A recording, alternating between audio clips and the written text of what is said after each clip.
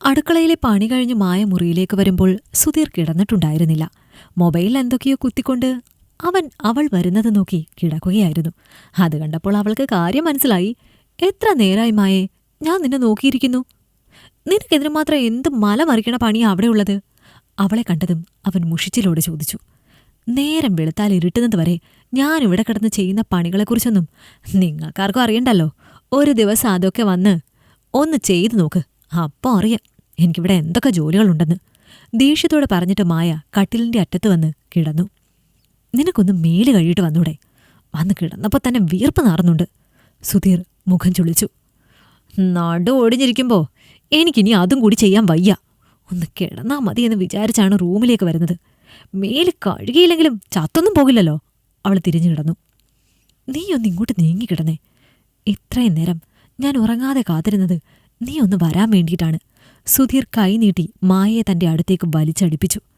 വിട് സുധിയേട്ടാ, എനിക്ക് പറ്റില്ല. നിങ്ങൾക്ക് തോന്നുമ്പോൾ കിടന്നു തരാൻ ഞാൻ വേശ്യൊന്നുമല്ല, നിങ്ങളുടെ ഭാര്യയാണ്. 5 മിനിറ്റിൽ കാര്യം സാധിച്ച് നിങ്ങൾ തിരിഞ്ഞു കിടന്നുറങ്ങുമ്പോൾ നഷ്ടപ്പെടുന്നത് എൻ്റെ ഉറക്കമാണ്. ഞാനൊരു മനുഷ്യ സ്ത്രീയാണെന്നും എനിക്കും വികാരങ്ങളും വിചാരങ്ങളും ഉണ്ടെന്ന് നിങ്ങൾ ചിന്തിക്കാറില്ല. ജോലി കഴിഞ്ഞു വന്ന് തളർന്നു കിടക്കുമ്പോൾ ഒരിക്കൽ പോലും നിങ്ങൾ എന്നെ ചേർത്ത് പിടിക്കുകയോ സമാധാന വാക്കുകൾ പറഞ്ഞ് ആശ്വസിപ്പിക്കുകയോ ചെയ്തിട്ടില്ല.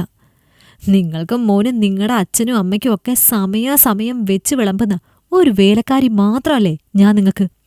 എന്തൊക്കെ ചെയ്തു കൊടുത്താലും നിങ്ങളുടെ തള്ളയുടെ വായിലിരിക്കണ ആട്ടും തുപ്പും മുഴുവനും കേൾക്കുകയും വേണം. നിങ്ങൾ അതൊക്കെ കണ്ടാലും കണ്ടില്ലെന്ന് നടിക്കും. എന്നിട്ട് രാത്രിയാകുമ്പോൾ ശരീരത്തിന് വേണ്ടി അടുത്തു വന്നോളും.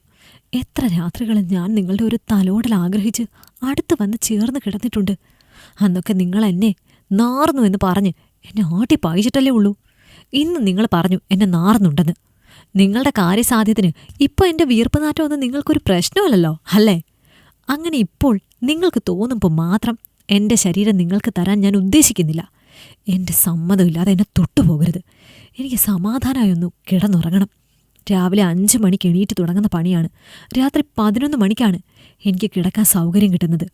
അതുകൊണ്ട് നിങ്ങൾക്ക് അത്രയ്ക്ക് വലിയ പ്രശ്നമാണെങ്കിൽ നിങ്ങൾ മൊബൈലെടുത്ത് എന്തെങ്കിലുമൊക്കെ കണ്ട് നിങ്ങളുടെ വികാരം ശമിപ്പിക്കാൻ നോക്ക്. ദേഷ്യത്തോടെ അത്രയും നാൾ മനസ്സിൽ അടക്കി വെച്ചിരുന്നതൊക്കെ ഭർത്താവിന് നേരെ പറഞ്ഞിട്ട് അവൾ തിരിഞ്ഞു കിടന്നു. മായയുടെ അപ്രതീക്ഷിത പെരുമാറ്റത്തിൽ സുധീർ ഒന്ന് പകച്ചുപോയി. അവൾ വിളിച്ചു പറഞ്ഞത് കേട്ട് അയാൾക്ക് ദേഷ്യം അടക്കാനായില്ല. തിരിച്ചെന്തൊക്കെയോ പറയാൻ നാവ് തരിച്ചു. മായയെ അങ്ങനെ അങ്ങ് വിടാൻ അവൻ ഒരുക്കമായിരുന്നില്ല. നീ എൻ്റെ ഭാര്യയാണെന്ന കാര്യം മറക്കണ്ട. നിന്റെ കഴുത്തിൽ താലി കെട്ടിയ പുരുഷനാണ് ഞാൻ.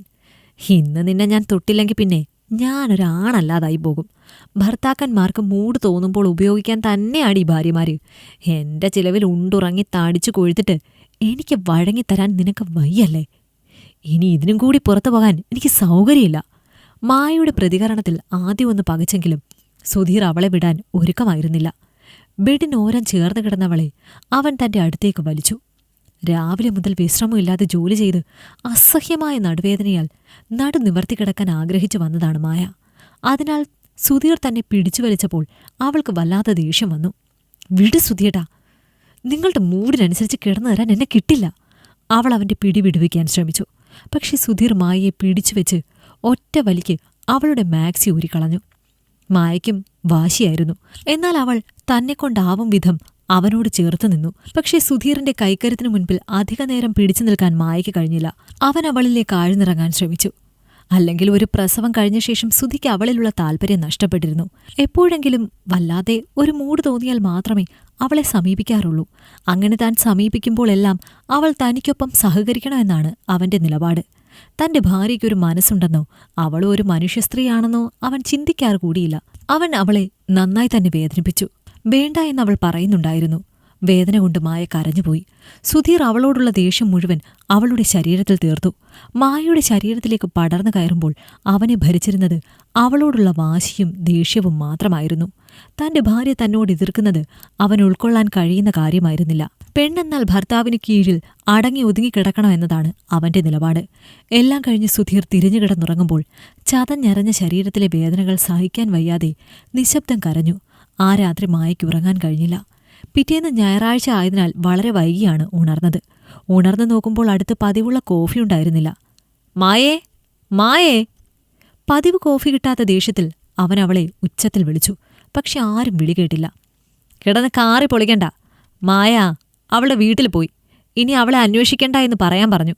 പിന്നെ നിന്റെ കൊച്ചിനെ ഇവിടെ ഇട്ടിട്ടാ നാശം പിടിച്ചവള് പോയേക്കുന്നത്. എന്തൊക്കെ പറഞ്ഞാലും മായ ഇവിടെ ഉള്ളത് ഒരാശ്വാസം തന്നെയായിരുന്നു.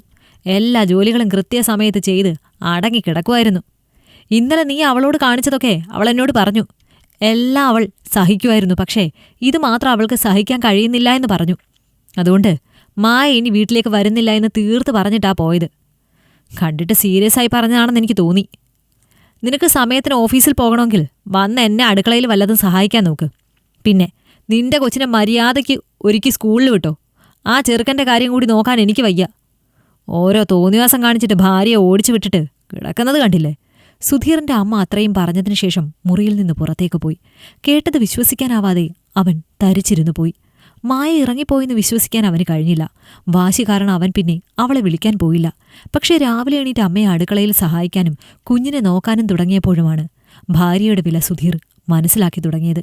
ഗതികെട്ട അവൻ വീട്ടിലൊരു സെർവന്റിനെ വെച്ചു കൊടുത്തു. അപ്പോഴേക്കും മായ ഒരു ജോലി കണ്ടുപിടിച്ച് സ്വന്തം വീട്ടിൽ നിന്ന് ഹോസ്റ്റലിലേക്ക് മാറിയിരുന്നു. ആർക്കും താനൊരു ഉപദ്രവം ആകരുത് എന്നവൾ ചിന്തിച്ചുകൊണ്ടാണ് അങ്ങനെ ചെയ്തത്. അധികം വൈകാതെ മായയും സുധീറും വേർപിരിഞ്ഞു. കുഞ്ഞിനെ മായയോടുള്ള വാശിക്ക് സുധീർ വിട്ടുകൊടുത്തില്ല. അവളുടെ മുന്നിൽ താഴ്ന്നു കൊടുക്കാൻ അവന്റെ ഈഗോ സമ്മതിച്ചില്ല. മായയും സ്വന്തം ജീവിതം കെട്ടിപ്പടുക്കാനുള്ള തിരക്കിലായിരുന്നു. തന്നെ വേണ്ടാത്ത മകനെ തനിക്ക് വേണ്ട എന്നുള്ള നിലപാട് തന്നെ അവളും സ്വീകരിച്ചു. എന്നെങ്കിലും അമ്മയുടെ വില മനസ്സിലാക്കി അവൻ തേടി വന്നാൽ മാത്രം സ്വീകരിക്കാമെന്നായിരുന്നു അവളുടെ തീരുമാനം. കഥ നിങ്ങൾക്കിഷ്ടമായെങ്കിൽ ലൈക്ക് ചെയ്യൂ. നിങ്ങളുടെ അഭിപ്രായങ്ങൾ കമന്റായി രേഖപ്പെടുത്തൂ. കൂടുതൽ കഥകൾ കേൾക്കാൻ ഈ ചാനൽ സബ്സ്ക്രൈബ് ചെയ്യൂ.